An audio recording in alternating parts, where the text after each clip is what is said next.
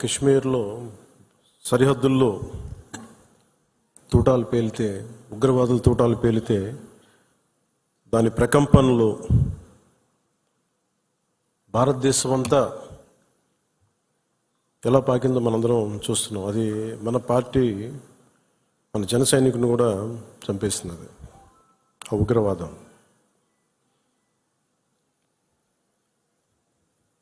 ముఖ్యంగా కశ్మీర్ మెయిన్ మనం ఆయన కుటుంబాన్ని పరామర్శకెళ్ళినప్పుడు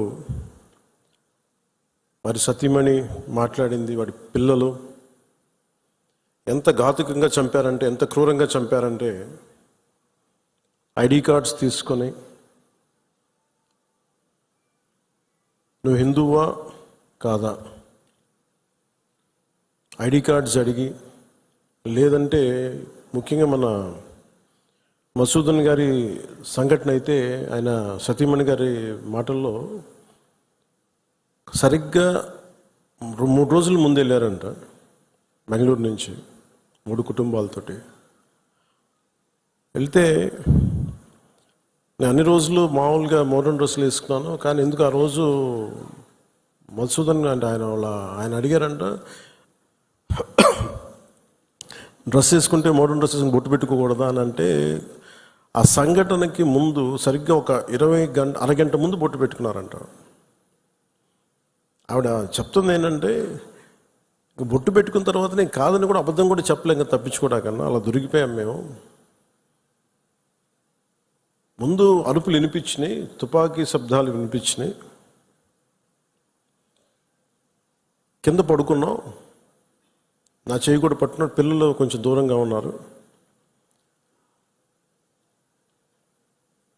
ఇదంతా కుటుంబం దాదాపు అలాగే ఆ గ్రౌండ్లో దాదాపు ఆ ఏరియాలో 400 నుంచి 500 మంది ఉండిపోయారు టూరిస్టులు. మసూదన్ గారు ఆయన సతీమణి చేయనే పట్టుకొని, ఏమవుతుంది మనకి ఏమవుతుంది, నువ్వు చూడకంటే ఆ బూట్లు చప్పుళ్ళు చాలా తాయితీగా వచ్చి, అంటే ఎందుకు మాట్లాడుతున్నానంటే ఎంత కోల్డ్ బ్లడెడ్తో చంపారంటే మనం ఊహించుకోలేము. అంటే షికారుకు వచ్చినట్టుగా వచ్చి వేటాడి వెళ్ళిపోయారు మనుషుల్ని.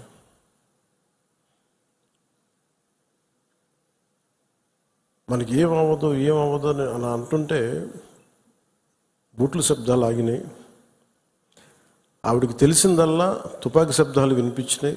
కళ్ళు తెరిచి చూస్తే మొత్తం ముఖం మీద మొత్తం రక్తం ఉండిపోయింది, భర్త తాలూకు రక్తం.